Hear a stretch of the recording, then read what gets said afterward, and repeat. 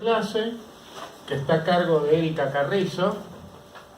Erika es una compañera de la Comisión de Ciencia y Tecnología, permítanme presentarla formalmente. Es profesora de Biología por la Universidad Nacional del Litoral y cursó la carrera de licenciatura en Biodiversidad en la misma casa de estudios. Es magíster en Política y Gestión de la Ciencia y la Tecnología por la Universidad de Buenos Aires, y ahí cuando trabajabas con Sara Rieti te conocí. Candidata al doctorado en Ciencias Sociales por la misma casa de estudios. Erika ya terminó su tesis y la va a defender dentro de poco. Es investigadora del Centro de Estudios de Historia de la Ciencia y Técnica José Babini de la Universidad Nacional de San Martín, especializada en el estudio de las políticas de ciencia, tecnología e innovación de Argentina y América Latina. Ha sido coordinadora del programa de estudios sobre el pensamiento latinoamericano en ciencia, tecnología y desarrollo, el PLACTED, del Ministerio de Ciencia, Tecnología e Innovación Productiva de la Nación, y actualmente es coordinadora del programa de Ciencia, Tecnología e Innovación para el Desarrollo Sustentable, CITIDES, de la Secretaría de Ciencia, Tecnología e Innovación Productiva.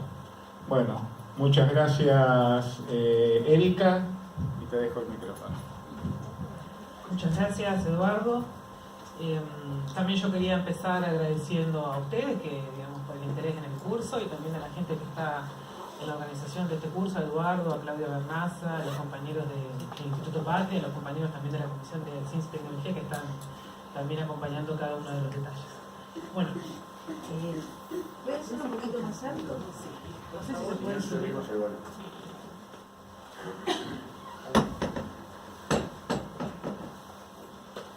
¿Ahí se escucha bien? Sí, gracias.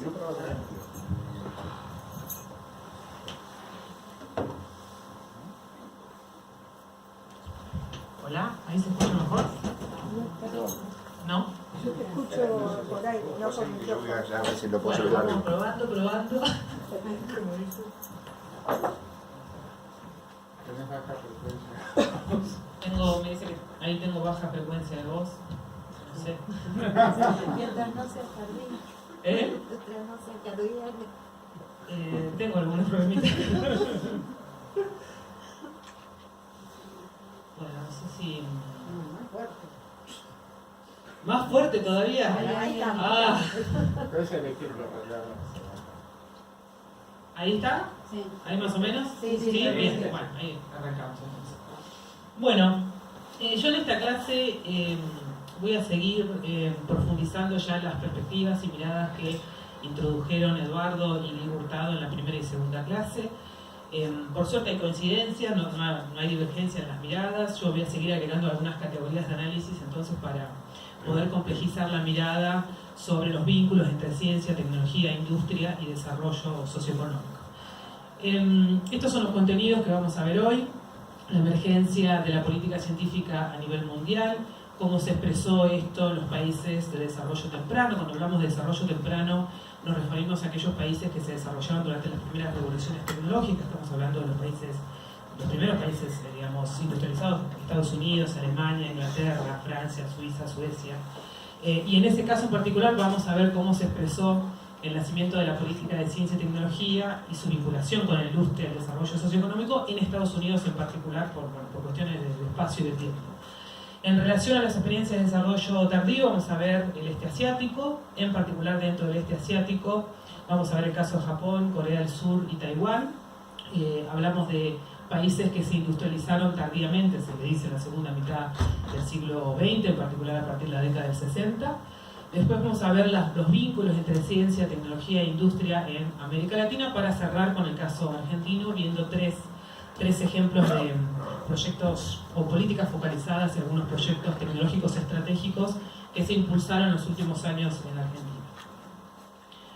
Bueno, partimos de una premisa que es, desde mi punto de vista, seguramente ustedes coincidirán o no, lo discutimos al final de la clase: los modelos de desarrollo económico, de desarrollo científico, tecnológico, industrial no pueden ser imitados, no se pueden trasplantar de una realidad a otra, porque son procesos muy fuertemente dependientes del contexto, ¿no? Cuando hablamos de contexto, en este caso en particular, nos referimos a un país, ¿no? Hay que analizar estos procesos en el marco de los países.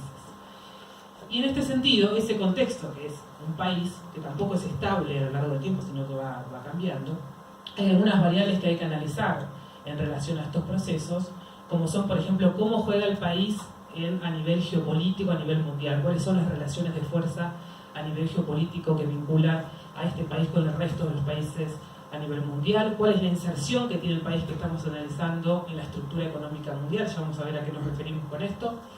Por otro lado, cuáles son las características de la estructura económica del país que estamos analizando, cuáles son las características de su estructura productiva, también de sus complejos de ciencia y tecnología y las características de la esfera social, ¿no? La estructura de clase, los aspectos culturales y demás. Y otra de las variables que hay que tener en cuenta cuando analizamos estos procesos en un contexto dado, en un país dado, es cuál es el proyecto de transformación económica o el proyecto nacional, diría Oscar Barsasky, en el marco del cual se está analizando ese desarrollo científico, tecnológico e industrial. Esos proyectos nacionales, Barsasky decía, un proyecto nacional es un marco de referencia que tiene que tener todo país para poder planificar sus planes de desarrollo en el mediano y largo plazo. De ese proyecto nacional se derivan prioridades nacionales y necesidades estratégicas.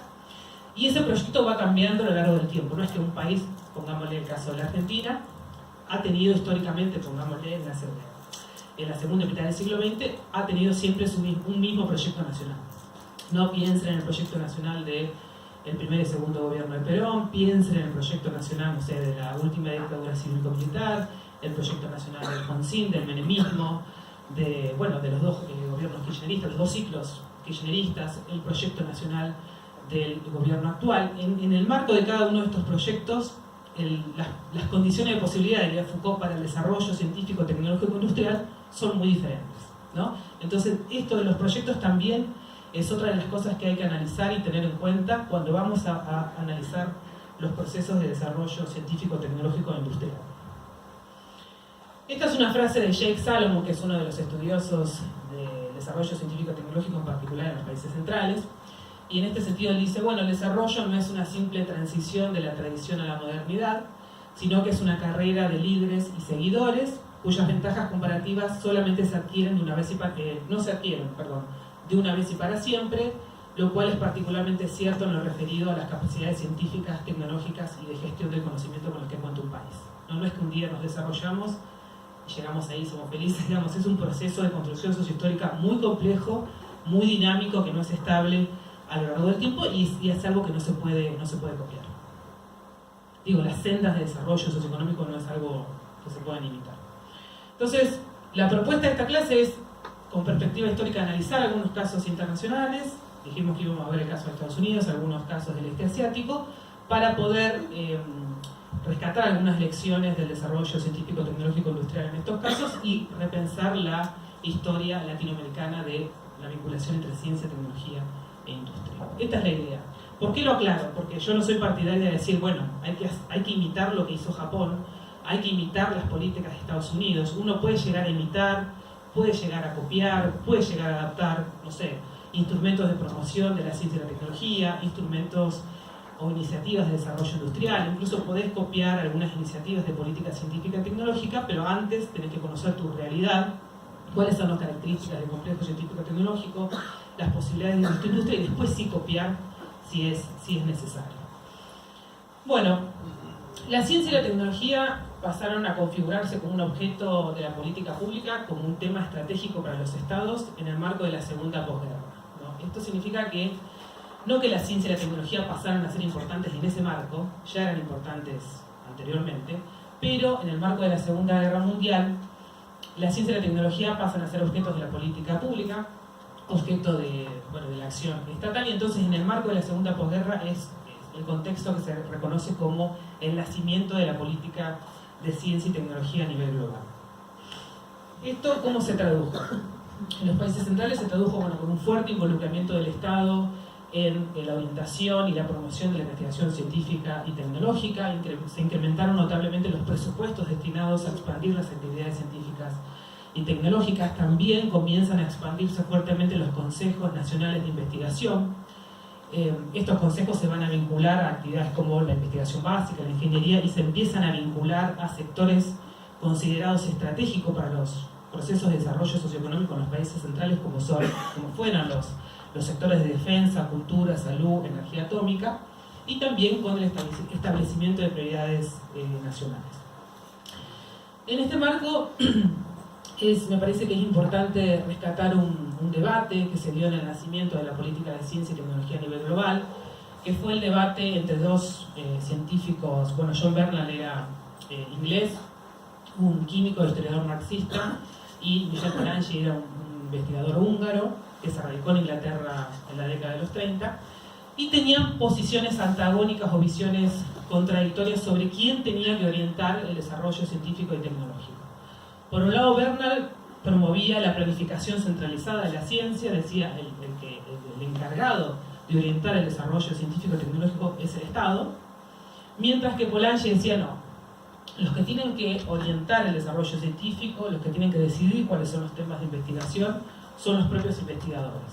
Es una perspectiva que se conoce como libertad de investigación o autonomía científica. Esto lo menciono porque es un debate y es una contradicción que va a atravesar toda la evolución de las políticas de ciencia y tecnología a nivel global. Se va a expresar en América Latina.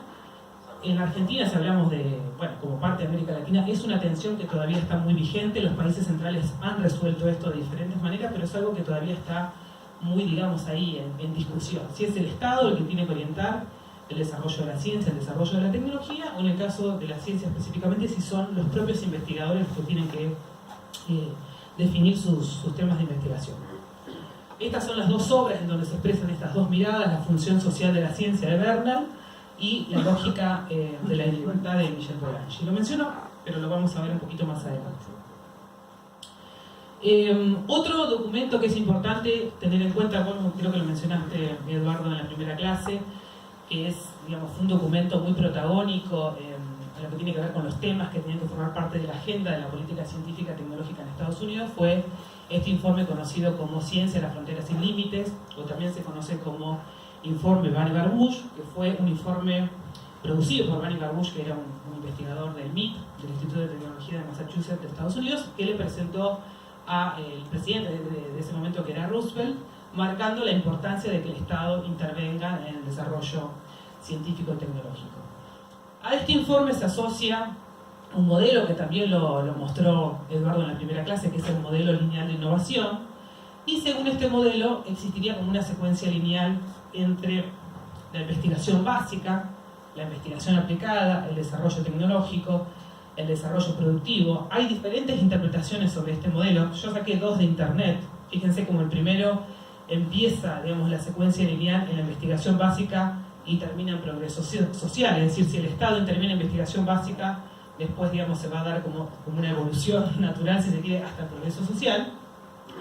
Hay otra interpretación que dice, bueno, si la investigación básica se vincula a la investigación aplicada da lugar al desarrollo tecnológico, después se llega a la etapa de producción, comercialización de los productos y finalmente estos ingresan al mercado. Hay diferentes, entonces, perspectivas de cómo comprender este modelo lineal de innovación. Después vamos a ver que el desarrollo científico-tecnológico a nivel mundial contradice este modelo.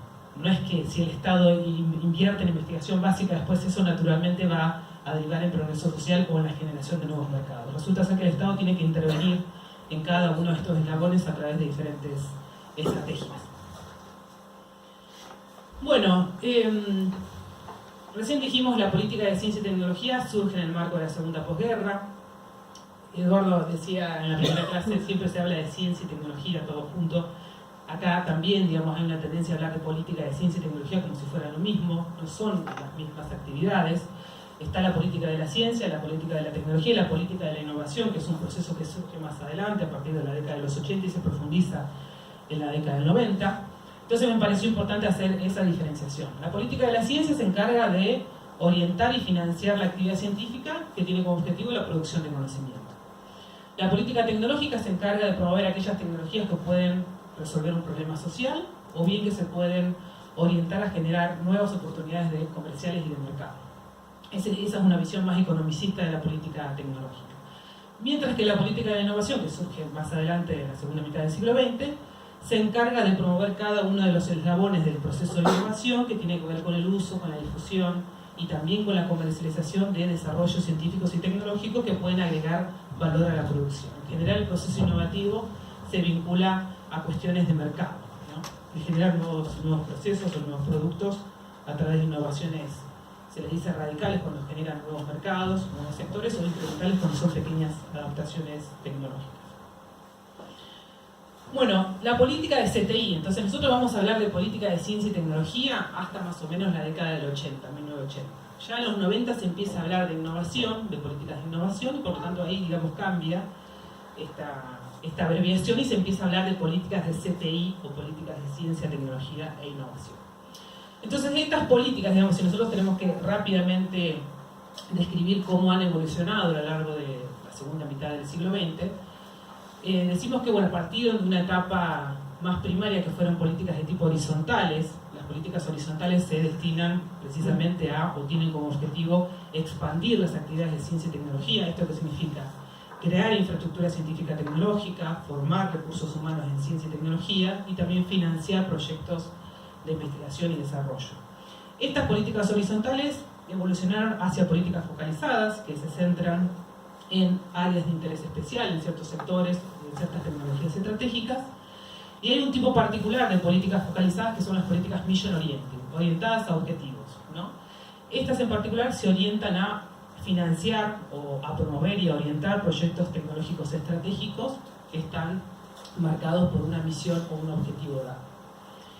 Después vamos a ver en América Latina que la tendencia, mientras los países industrializados pudieron rápidamente hacer este paso desde políticas horizontales hacia políticas mission oriented, Estados Unidos es el ejemplo de país que rápidamente ha evolucionado hacia políticas mission oriented, por lo tanto la gran parte de la investigación aplicada que desarrolla su sistema universitario y también el sector productivo está orientado por misiones.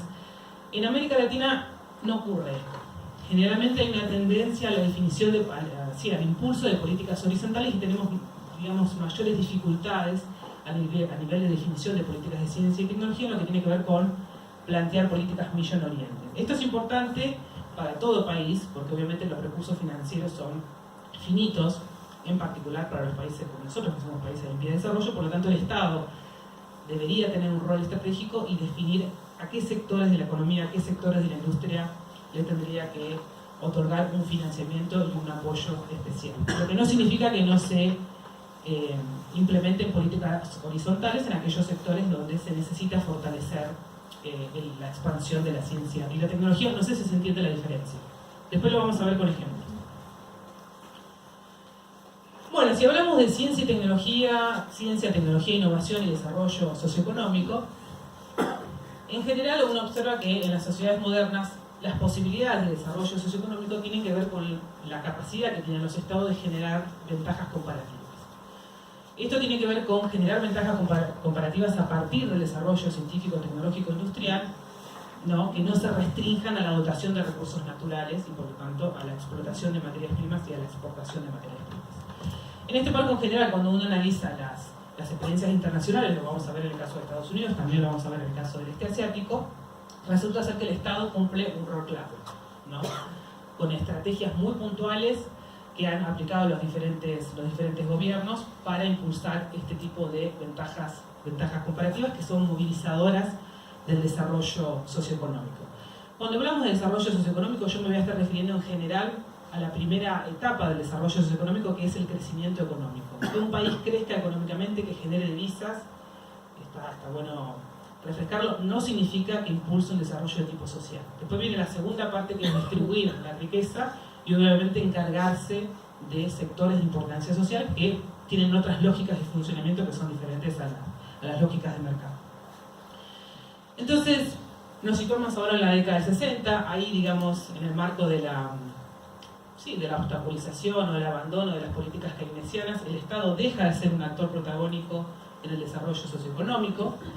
Entonces ahí es cuando, digamos, emergen estas políticas liberales, las políticas neoliberales que consideraban al Estado como el principal organizador del desarrollo socioeconómico, y según estas políticas la competitividad de los mercados aseguraría el tipo de transformación industrial que está en el corazón del desarrollo económico. Pero resulta ser que hay toda una serie de estudios académicos que se extienden durante toda la segunda mitad del siglo XX. Esto es ciencia pura, acá no hay ideología, digamos. Obviamente que defendemos una posición autonomista del Estado, pero esto está contraestudiado en muchos países, de que el Estado siempre ha estado en el centro del proceso de transformación industrial y socioeconómica, ¿no? Porque es la institución o la entidad encargada de, o la que puede asegurar esa organización político-institucional que es necesaria para lograr los consensos básicos para impulsar el desarrollo industrial. Esto se vio en la mayoría de los países que vamos a analizar más adelante, y estos son los autores, después se los podemos pasar por mail para recomendar algunos textos, que han estudiado esto tanto en los países centrales como en los países de industrialización reciente. Por ahí la más conocida es Mariana Mazzucato, ¿no? Que en el 2014 publicó un libro que se llama El Estado Empresario, El Estado Emprendedor. Bueno, y ella ha estudiado casos particulares de Europa y Estados Unidos en donde efectivamente ha visto, digamos, ha comprobado la participación del Estado en muchos desarrollos tecnológicos importantes. Bueno, resulta ser que no es que cualquier tipo de Estado puede impulsar este tipo de transformación industrial y económica, que es la base del desarrollo económico.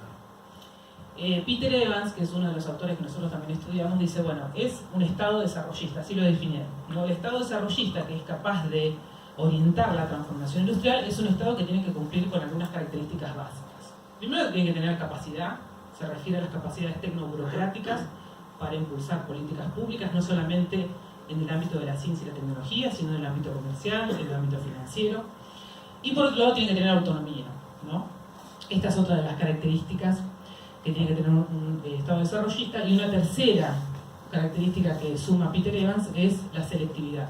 Tiene que ser un Estado estratégico. Un Estado no puede impulsar todos los sectores de la economía y todos los sectores industriales al mismo tiempo, por lo tanto tiene que elegir aquellos sectores en donde decide focalizar los esfuerzos. Cuando hablamos de autonomía, nos referimos a que es un Estado que tiene que tener la capacidad de generar, digamos, canales institucionales que le permitan negociar y renegociar con los grupos sociales e industriales de interés cuáles son sus metas. Esas son las metas que se derivan del proyecto nacional. Y la capacidad, como les dije anteriormente, tiene que ver con las capacidades tecnoburocráticas, ¿no? Capacidades tecnoburocráticas para poder definir estas políticas públicas en estos ámbitos, el comercial, el industrial, el científico-tecnológico, pero también tiene que ser burocracias públicas que tengan la capacidad de orientar, de disciplinar. Diego hablaba el otro día de disciplinamiento. Uno de ustedes, no me acuerdo si estaba hoy acá, decía que más que disciplinamiento en relación con los grupos industriales y con la comunidad académica tenía que ser una persuasión.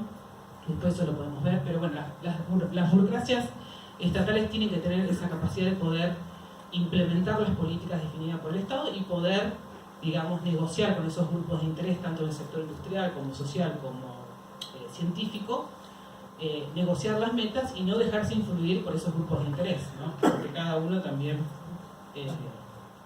cada grupo, digamos, social, industrial, académico, obviamente tiene intereses particulares. El Estado se supone que, como es el representante del bien común, tiene que tratar, digamos, de no verse influenciado por los intereses particulares de estos grupos. No cualquier burocracia pública tiene la capacidad de no dejarse influenciar por esos grupos de interés. Entonces, hablamos de selectividad, hablamos de capacidad y hablamos de autonomía. Una cosa muy importante a tener en cuenta desde el inicio, por ejemplo, en la selección de los sectores económicos estratégicos en los cuales un país decide focalizar los esfuerzos, tiene que ver con el análisis de la variable geoeconómica. Es decir, reconocer si estamos hablando de un país central, si estamos hablando de un país periférico, si estamos hablando de un país semiperiférico, porque eso va a generar diferentes condiciones para el desarrollo industrial. Está, digamos, Immanuel Wallerstein, que es el autor que ha definido esta teoría que es la estructura económica mundial, y él, digamos, separa a los países en tres grandes grupos. Los países centrales, que son aquellos que se benefician en mayor medida de la distribución internacional del trabajo, son aquellos países que dominan los sectores intensivos en conocimiento. Dentro de los países centrales entra obviamente Estados Unidos, los que se desarrollaron primariamente Estados Unidos, obviamente Alemania, Inglaterra, China, Japón también entran en el centro. Los países de la periferia, que son aquellos países que no tienen, digamos, no son líderes en los sectores intensivos en conocimiento y se basan sus actividades productivas en la producción primaria, en la exportación de materia prima. Y después están los países de la semiperiferia, que son aquellos que también que se, digamos, benefician de la distribución internacional del trabajo, pero en menor medida a lo que es necesario para alcanzar los niveles de desarrollo de los países centrales. Dentro de la semiperiferia entra la Argentina. ¿Cuál es otra particularidad que tienen los países semiperiféricos que los diferencia de los periféricos? Tienen ciertas capacidades científicas, tecnológicas e industriales. En este sentido, cuando un país semiperiférico tiene posibilidades de competir a nivel internacional en determinados sectores intensivos en conocimiento, puede que sean objetos de obstaculización por parte de las potencias mundiales. Esto está muy estudiado en el caso nuclear y está muy estudiado en el caso de comunicación satelital en la Argentina, ¿no? Argentina ha tenido desde el inicio un fuerte potencial para el desarrollo de la industria nuclear desde el mismo, digamos, despegue de la tecnología nuclear en la década del 50, por lo tanto ha sido objeto de obstaculización por parte en particular de Estados Unidos junto a otros países como India, como Pakistán, que también han presentado estas características particulares para el desarrollo de la energía nuclear. Y lo mismo ha pasado en Argentina con el sector de comunicación satelital, en particular en la década del 90, donde se orientaba, digamos, las potencias mundiales, con Estados Unidos a la cabeza también, promovía la desregulación de sectores estratégicos en las semiperiferias. Esto es muy importante tenerlo en cuenta, porque bueno, un país que se quiere desarrollar tiene que también generar capacidades de gestión de la variable geopolítica, ¿no? De las relaciones internacionales, como para proteger sus sectores industriales estratégicos. No es una variable menor. Bien, entonces nosotros nos ubicamos, como me gusta decir a mí, en la palmera a nivel global. Sabemos qué posición ocupamos en la estructura económica mundial. En función de eso, después viene una segunda etapa que tiene que ver con la selección de sectores estratégicos, ¿no? Son sectores que representan un nicho particular dentro de la economía de un país, que ofrece posibilidades de transformación industrial. El nuclear es un sector estratégico para la Argentina, el de comunicación satelital también.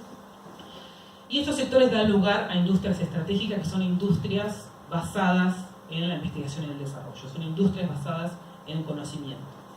Ahora, estas, para que funcionen los sectores estratégicos en el marco de un país, que da lugar a esas industrias económicamente estratégicas, hay que tener ecosistemas, es decir, nosotros ecosistemas de aprendizaje, escalamiento e innovación densos que puedan sostener el crecimiento y diversificación de esas industrias.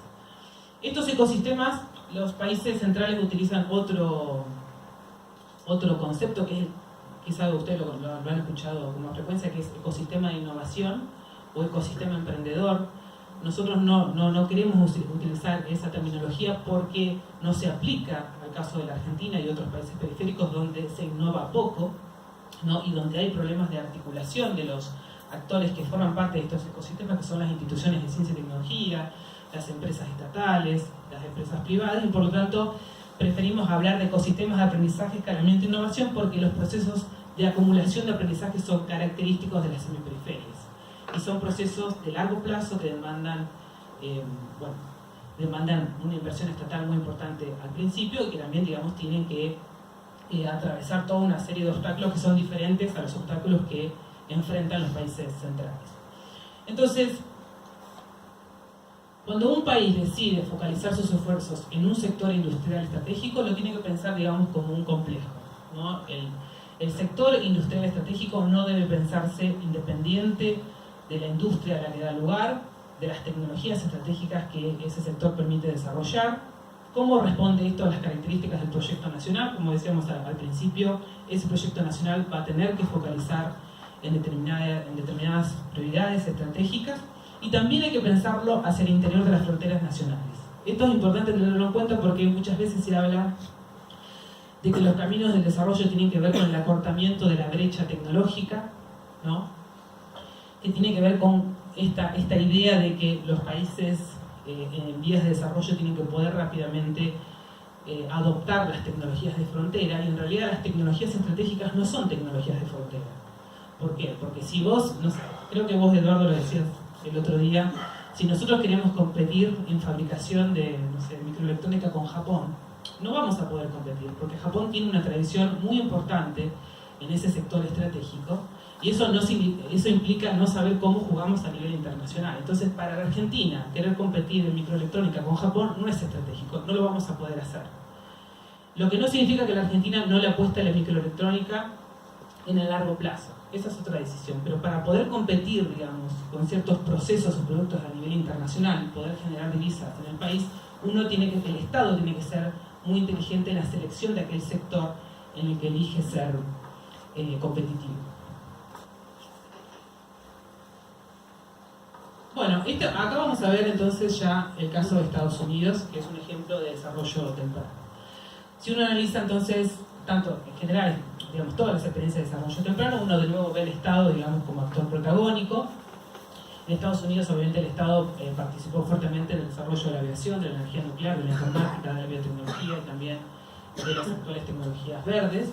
Y fue entonces el sector público, no el mercado, el que ha organizado este tipo de desarrollos en estos países, en los países de desarrollo temprano, porque ha sido el que ha tomado los riesgos que generalmente el sector privado no está, proclive a tomar en un primer momento. En el caso de Estados Unidos y en el caso de Europa también, Mazzucato ha demostrado cómo el sector privado ha entrado en una segunda instancia en estos tipos de desarrollo.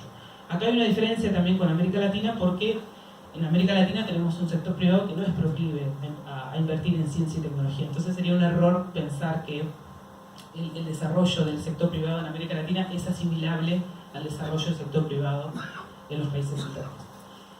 Estas son algunas de las estrategias que aplicaron los países de desarrollo temprano en sus procesos de despegue tecnológico, la difusión de nuevas tecnologías, también el desarrollo de capacidades tecnológicas en áreas estratégicas, que es lo que decíamos anteriormente de las políticas Mission Oriented, el balance entre la búsqueda de nuevos usos de la tecnología y mejoras, estas son las innovaciones incrementales en los usos existentes de la tecnología para mejorar la productividad.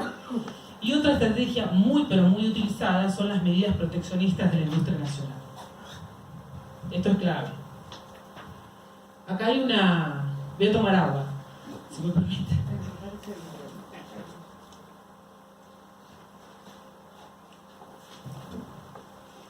Esto es una anécdota que me contó Héctor Otegui hace unos meses.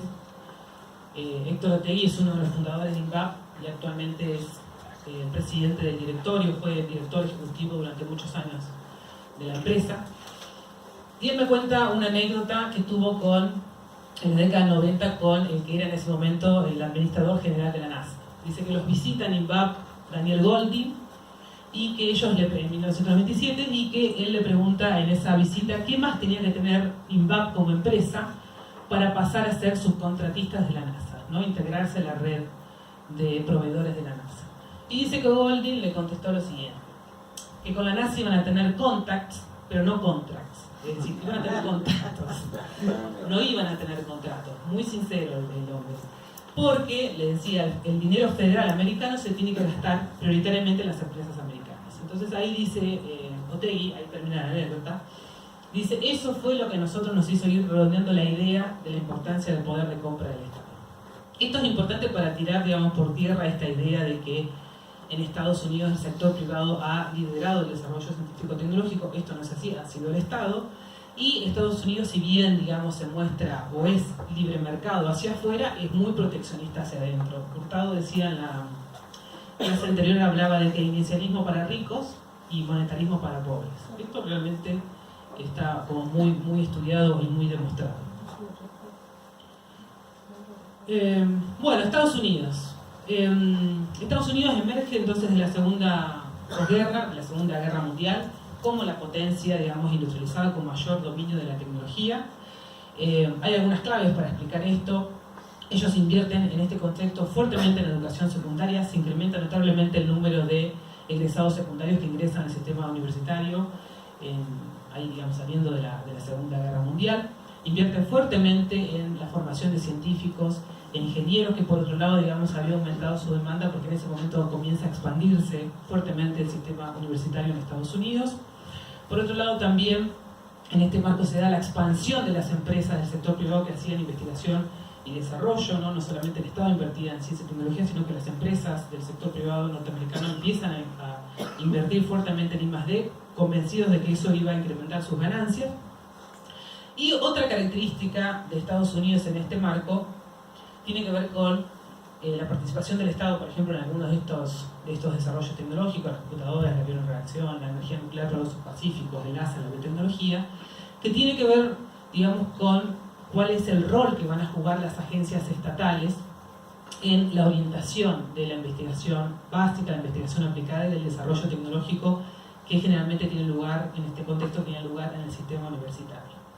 Ahí las agencias estatales que entran en juego, bueno, son obviamente, bueno, la National Science Foundation, el Departamento de Defensa, la DARPA, que vamos a ver este caso en particular, pero que desde el mismo momento, digamos, de la emergencia de la política de ciencia y tecnología a nivel global, comienzan a aplicar financiamiento orientado hacia sectores de interés para el gobierno norteamericano. Nosotros vamos a ver, de estos dos casos vamos a ver uno solo para llegar con el tiempo. Estamos bien. Que es el caso de la Agencia de Proyectos de Investigación Avanzada en Defensa, o más conocida como DARPA, que se crea en el 58. Y esta agencia tiene el objetivo de vincular, entonces, de actuar como puente entre el sector académico, el sector militar y el sector empresario en Estados Unidos. Financia específicamente proyectos orientados por misiones, participa así el Estado norteamericano en los primeros estadios del diseño de los semiconductores, de las computadoras, de Internet, de la biotecnología. Y lo interesante de esto es que esta agencia no solamente financia proyectos orientados por misiones, sino que también empieza a participar en el diseño de iniciativas de política industrial, ¿no? Esto lo vamos a ver también en el este asiático, porque resulta ser que el desarrollo socioeconómico no se puede restringir o no se puede alcanzar si simplemente financiamos ciencia y tecnología. Hay que encargarse de otra parte muy importante en todo esto, que es la industria, ¿no? Por lo tanto, la DARPA se caracteriza por, digamos, no solamente financiar este tipo de proyectos, sino también intervenir en conseguir a las empresas que forman parte de estos consorcios público-privados, conseguirles contratos con el Estado federal, vincular a los académicos con empresarios interesados en escalar determinados productos tecnológicos, es decir, toda una serie de iniciativas que van más allá del financiamiento de proyectos de investigación científica y tecnológica. Otra de las cosas que hace la DARPA es analizar, monitorear muy puntualmente la performance de los consorcios y tiene la posibilidad de otorgar financiamiento, de reorientar el financiamiento hacia aquellos consorcios más prometedores y quitarles el financiamiento a aquellos consorcios que no logran los objetivos pautados desde el inicio. Esto es una debilidad, diría yo, también en América Latina, ¿no? La falta de monitoreo del desempeño y la performance de grupos industriales y... Me quedo ahí porque científico, bueno, es otra cosa, porque son otros productos. Pero cuando uno apuesta a una industria, uno tendría, como hace el este asiático, tendría que ser muy riguroso con el monitoreo y ver si esa industria generalmente está generando los productos que se supone que tiene que generar para incrementar, digamos, las ganancias. La DARPA tiene una estructura flexible, como les decía, bueno, de vinculación con la academia y el sector privado, apoya el proceso de comercialización de los productos que emergen de los proyectos financiados por la DARPA y también consigue contratos de compra nacional con el gobierno americano. Este no lo vamos a ver para llegar con el tiempo. Entonces, a grandes rasgos, uno tiene que analizar cuáles son las, digamos, características claves de la intervención del Estado americano en el impulso de la ciencia y la tecnología. El otro dice que, bueno, es un Estado intervencionista que dirige fuertemente el desarrollo científico, tecnológico, industrial, aplica desde el inicio de la política de ciencia y tecnología políticas de tipo Misión Oriente, no solamente políticas horizontales, trabaja muy fuertemente en el armado de estas redes entre las agencias estatales, la academia y el sector privado, interviene en cada uno de estos bloques del modelo lineal, digamos, con diferentes iniciativas, no solamente financiando la investigación básica, sino también orientando la investigación aplicada, el desarrollo tecnológico y favoreciendo la comercialización de esos productos que salen de estas actividades. Y por otro lado también implementa acciones de protección a la industria nacional y también participa fuertemente en la apertura de mercados para las empresas nacionales que ellos denominan National Champions.